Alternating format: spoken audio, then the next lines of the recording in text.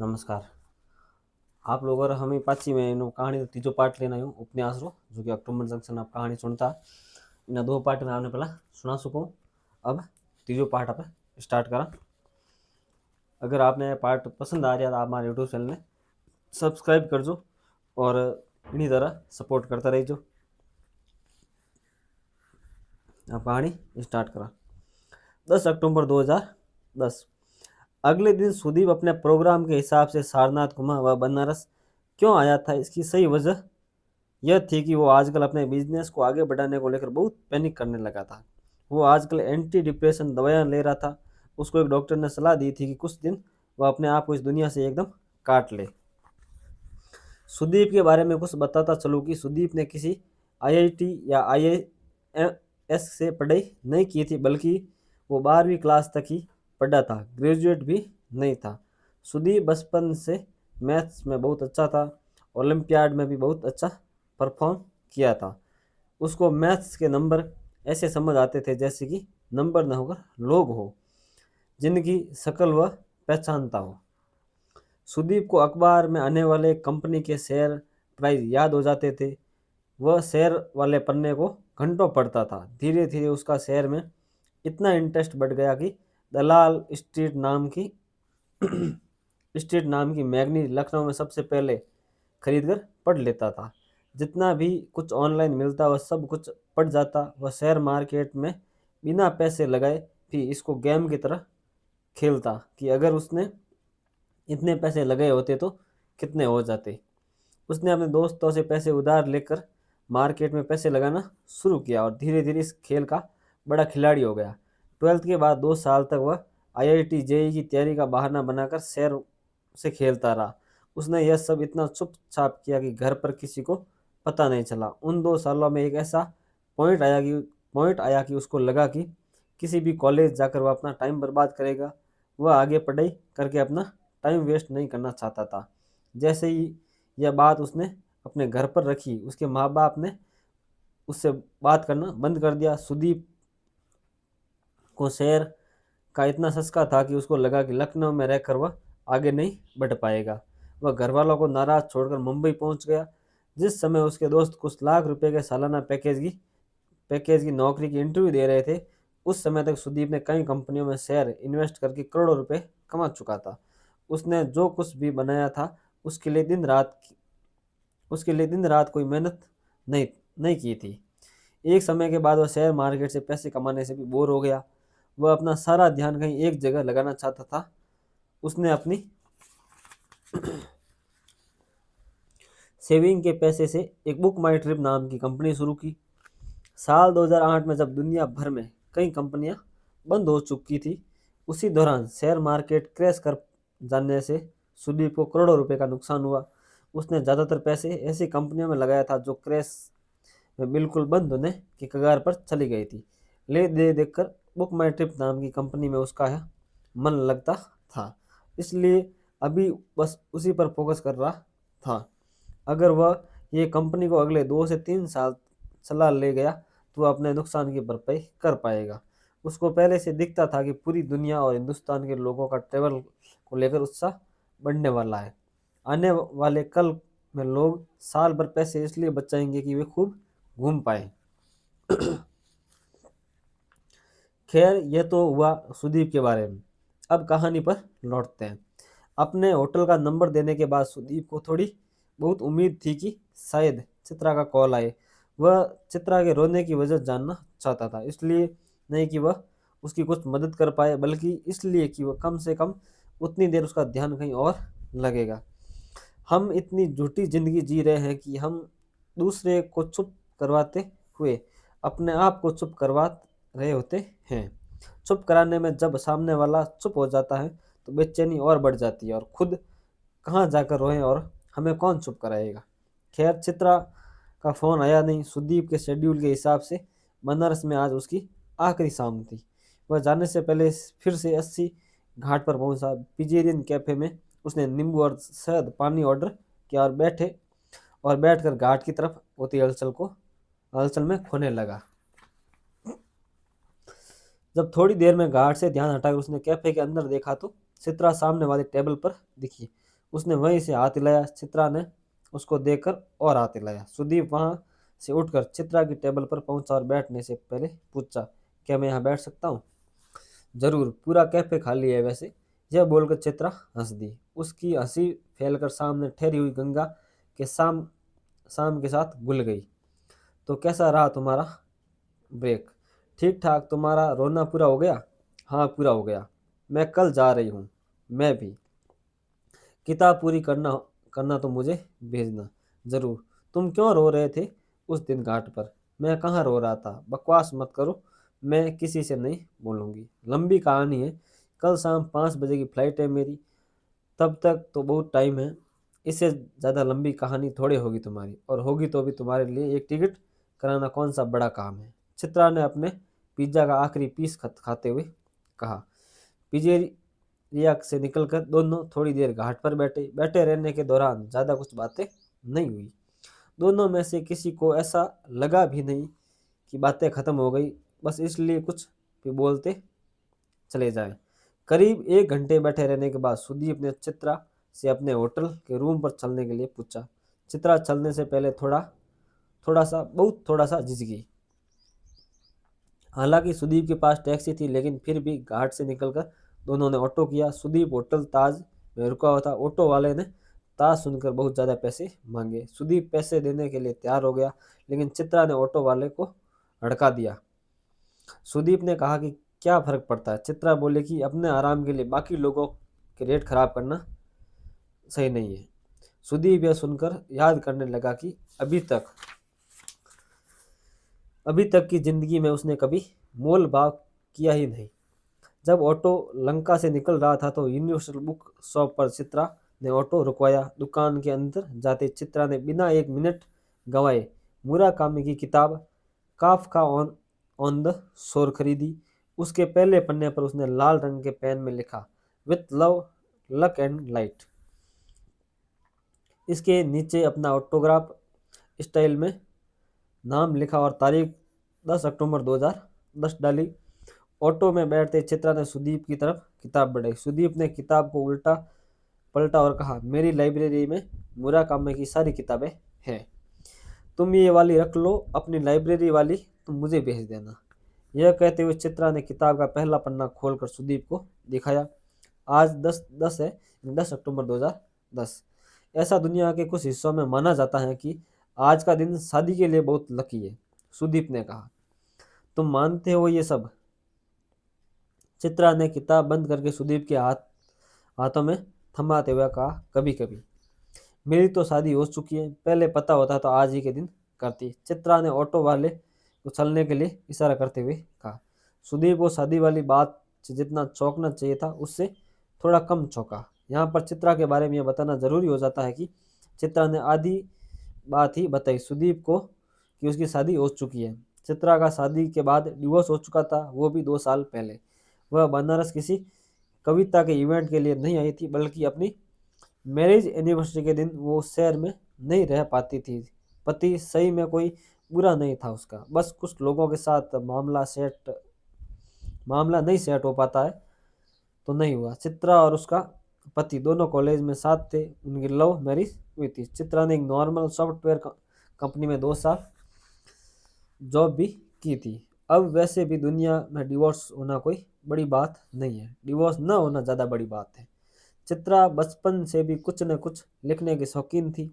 चित्रा का कोई भी दोस्त नहीं था जिसके साथ उसके संबंध अच्छे रहे हो। वह कभी न कभी किसी न किसी बात पर लड़ लेती थी। थोड़ी मुंह फट थी तो यह बात सबको अच्छी नहीं लगती थी। चित्रा को सब कुछ चाहिए था, नाम और पैसा, जिसके लिए वह बहुत ज़्यादा मेहनत नहीं करना चाहती थी।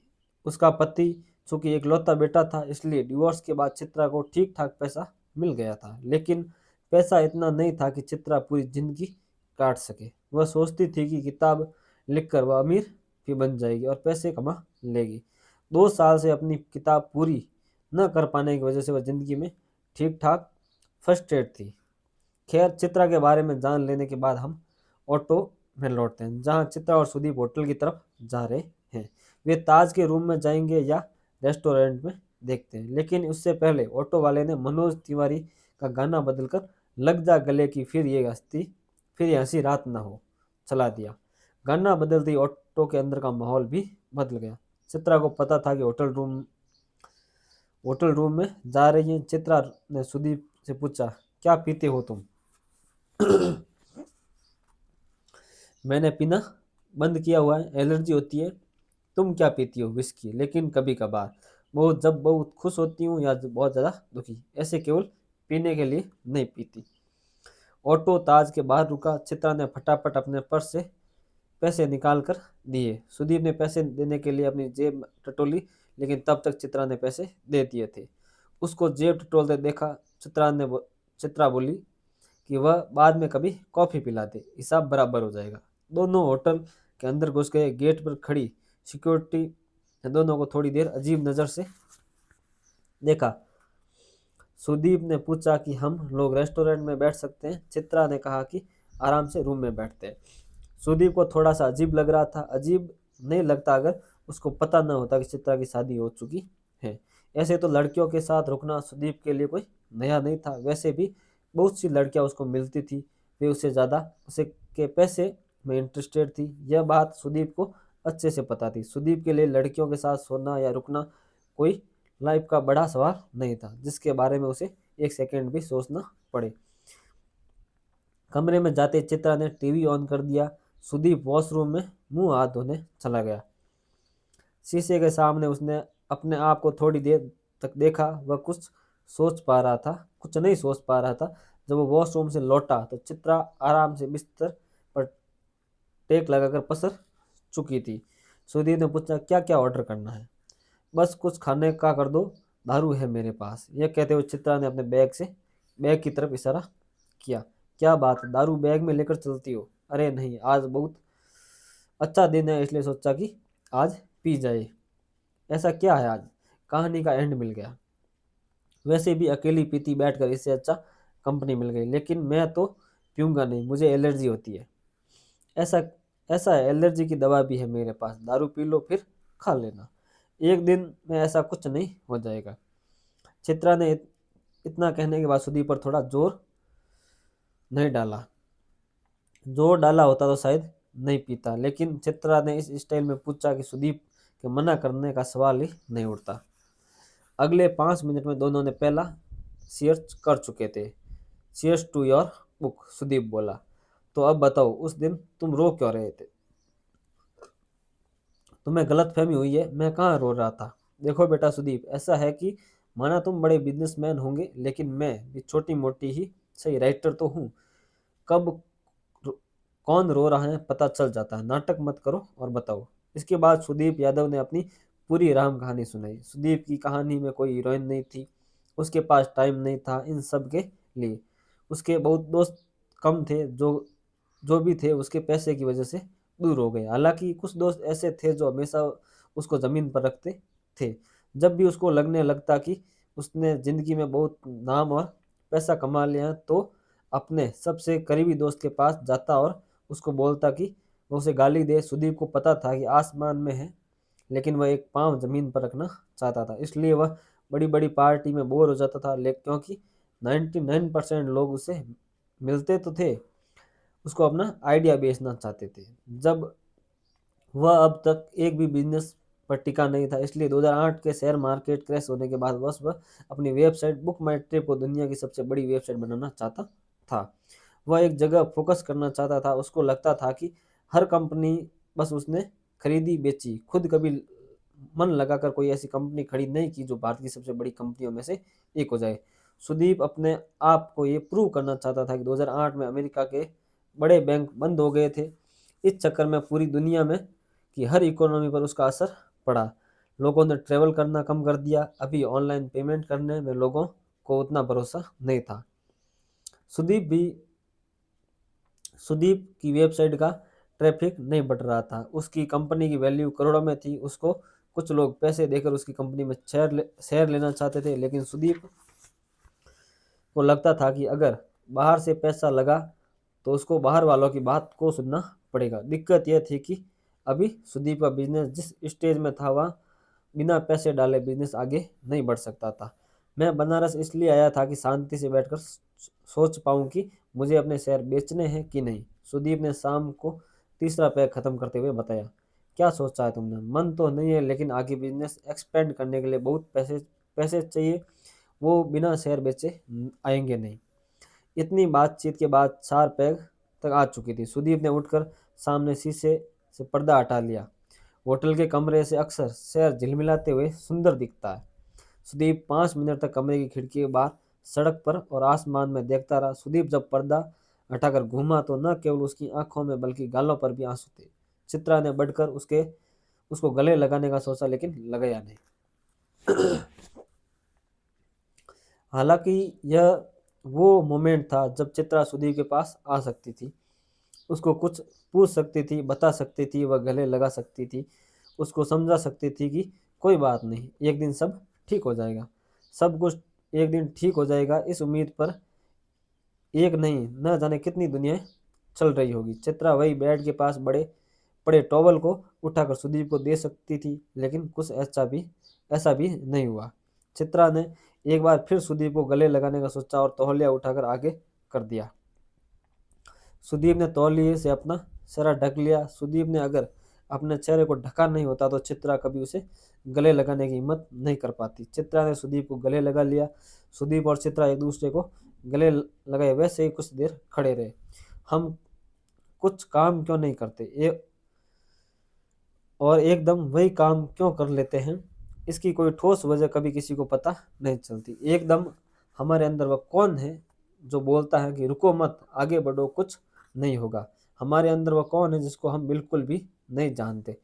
इसलिए शायद कहा जाता है कि हमारे हाथ में कुछ भी नहीं। हम सब लोग पहले से प्रोग्राम की हुई वीडियो गेम का हिस्सा है। जो चाहे गेम जीते या हारे, एक दिन बोर होकर कोई हमारी पावर सप्लाई बंद कर देगा। इसके बाद बहुत देर तक सुदीप चुप नहीं हुआ। वह फपक कर बच्चों की तरह रोता रहा। आसपास देखकर पता ही नहीं चलता कि कौन कितने आंसू लेकर भटक रहा है। हमें सामने वाले का सब कुछ पता होता है, बस आंसुओं का हिसाब किताब कोई करता ही नहीं। दुनिया आंसुओं का हिसाब किताब कर लेती तो जीना थोड़ा आसान हो जाता।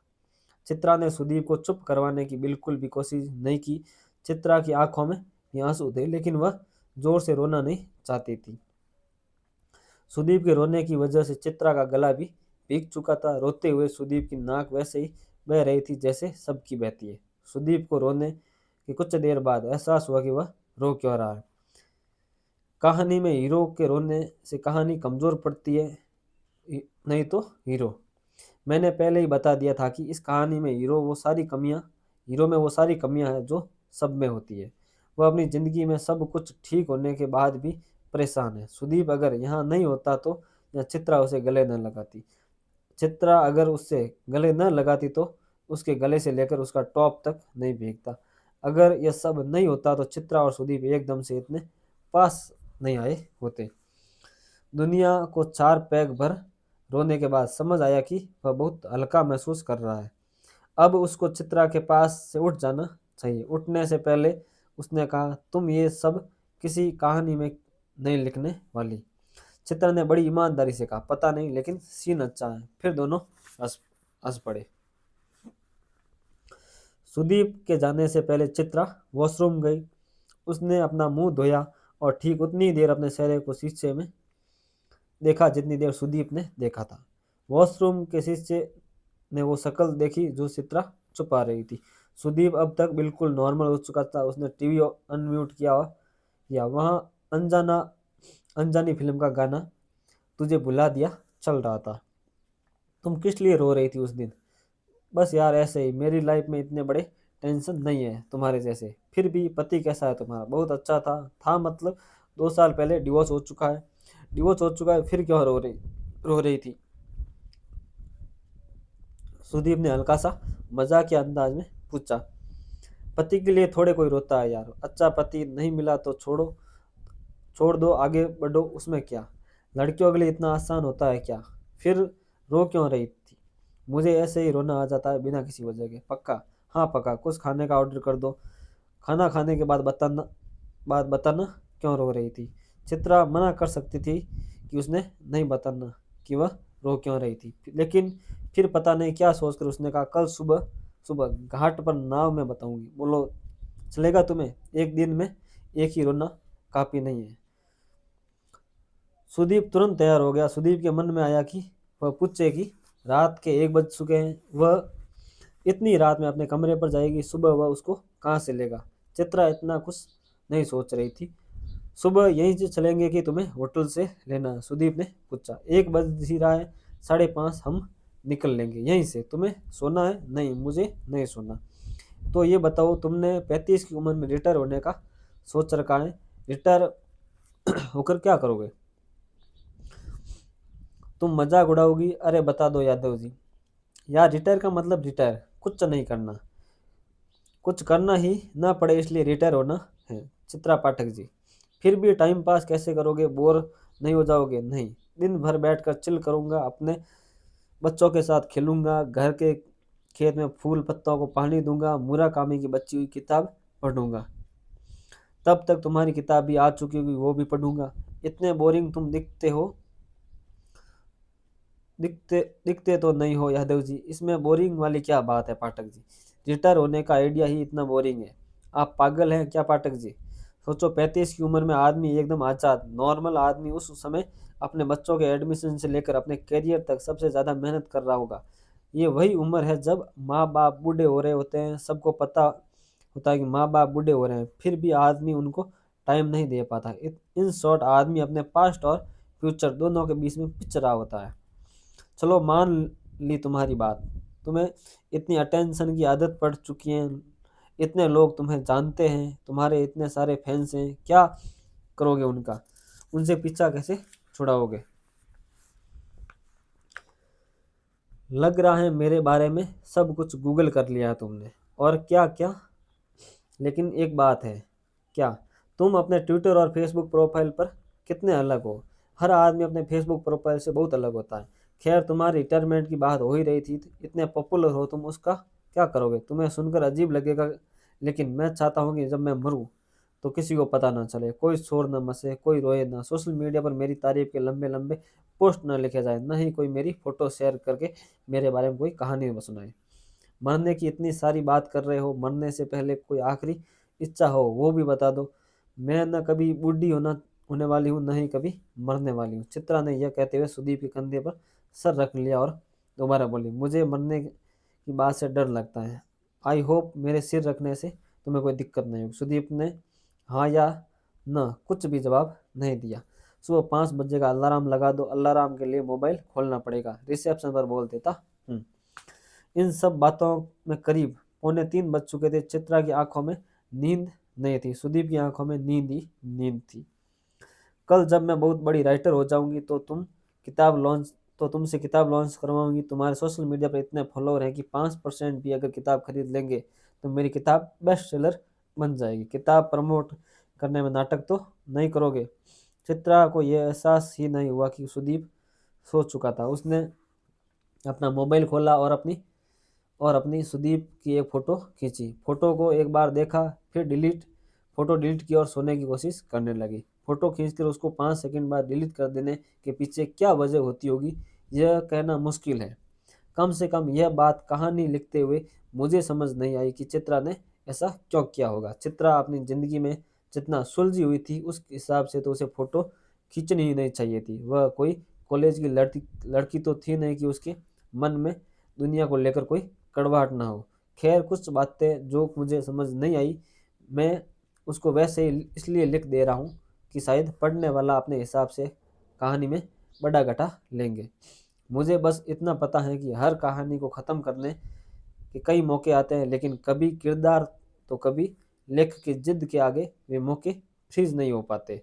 किसी पल को फ्रीज कर लेने की नाकाम कोशिश होती रहनी चाहिए, क्योंकि हमें क्या बचाना था और क्या गंवाना, यह बात आखिर से पहले समझ ही नहीं आती। वह फोटो डिलीट कर देने के बाद भी फोल्डर में थी। चित्रा ने इस फोटो को डिलीट वाले फोल्डर से दोबारा डिलीट करके उस फ्रीज मूवमेंट को आज़ाद कर दिया।